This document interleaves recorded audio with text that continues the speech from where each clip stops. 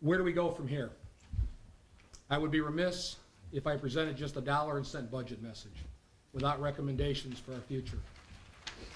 First, let me address the water fund. We have long claimed to have the lowest water rates in the area. Unfortunately, our costs are going up while our market for sales has been limited. Thus, users of water continue to face escalating rates. We are, however, on the brink of some great changes to address this issue. The village board has been very supportive of the proposition of selling water to the north town of Pomfret Water District. This would open our markets for water sales to a larger service area. This will unfortunately only alleviate some of the problem, as the projected water sales for this new district are less than the reductions brought on by conservation over the last 2 years by our water users. The bigger goal must be to regionalize water system. My hope is that such a plan gets off the ground before the current water users of Fredonia are forced to expend millions of dollars alone for an increased reservoir spillway, additional storage tanks, or either dredging or extensions of our intake piping at the reservoir. I want to thank the village board for their support of the New York State grant application to pursue further funding of a regional water system. This support follows the support and funding of the Wendell-DeShear plan that is now the backbone of that $400,000 grant application. Other parts of Western New York are already ahead of us. Niagara and Orleans County provide one example. Monroe and Genesee counties work together on a different model. Approaching our need regionally will make much better use of available grant money and may attract more attention from the state as we try to provide water at a sustainable rate. Next, I'll address the wastewater treatment budget. We have this evening, or we will shortly be appointing our new chief operator at our wastewater treatment facility.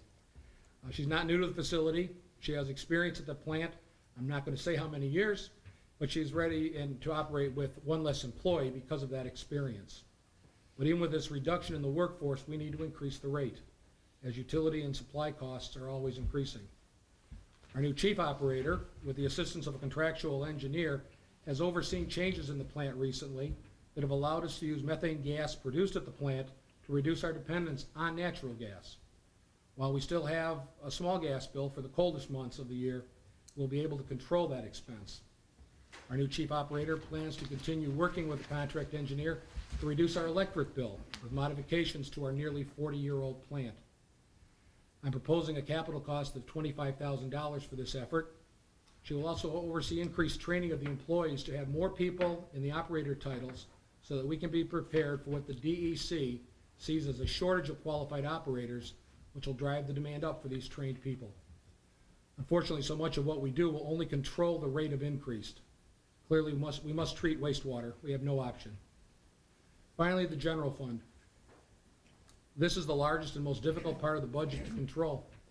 There is no disagreement on the need to produce water and to treat wastewater, but the general fund is made up of various services that have different values, not only amongst the elected officials, but amongst our employees and village residents alike. This $5 million list of revenue and expenditures will only be controlled when we seek to reform the very structure of government. Every year it becomes more and more difficult to agree on what we can cut, what level of service is needed, and how much taxpayers can afford. There is a tentative meeting planned here in Village Hall put on by the SUNY Fredonia Regional Governance Center. It's tentatively scheduled for April 8th. The plans include a presentation from a representative of the New York State Attorney General's office who will address changes in New York State law that go into effect tomorrow, designed to ease petition process for dissolution or consolidations of governments. Our future requires us to examine alternative ways to provide government services in the most cost-effective way. Hopefully, a conference of this nature will lead citizens to seek change. There certainly is a wealth of experience in Erie County for reducing the size of municipal boards, and in the most recent village election cycle, the desire of voters to eliminate village governments. I stress government when I say that because places don't get eliminated, places don't go away. It's the government operation that is eliminated and assumed by another body. Hopefully changes will occur that will stop the drain of people from our area. Consolidation, merger, annexation, or regionalism, I don't care what label you put on it, these concepts must be our future. We should get out in front and lead rather than follow. We cannot, however, continue to give away the services our taxpayers are paying for. We need to take an aggressive role in seeking a regional police force, allowing our dedicated officers to protect not only our village, but also the town and perhaps neighboring towns. The board has already stated they want to meet with the proper officials to discuss the use of our advanced life support ambulance throughout northern Chautauqua region. We are attempting to set up such a meeting.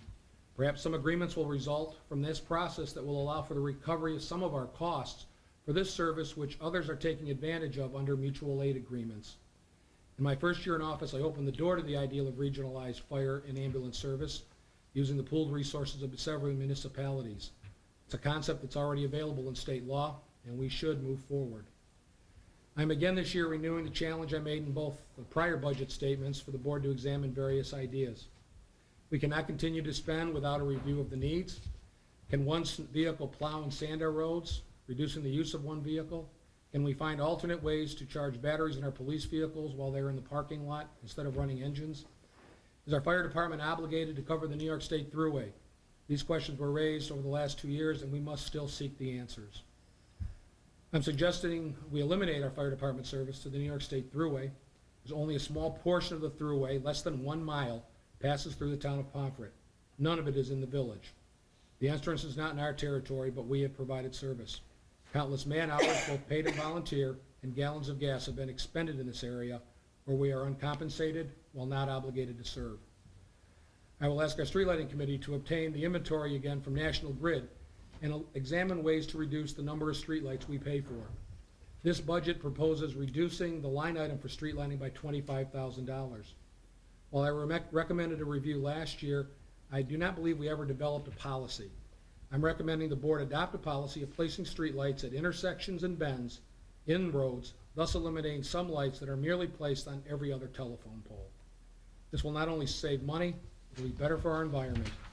The orange glow that marks our community from all directions at night is excessive, and we need to examine where streetlights are placed.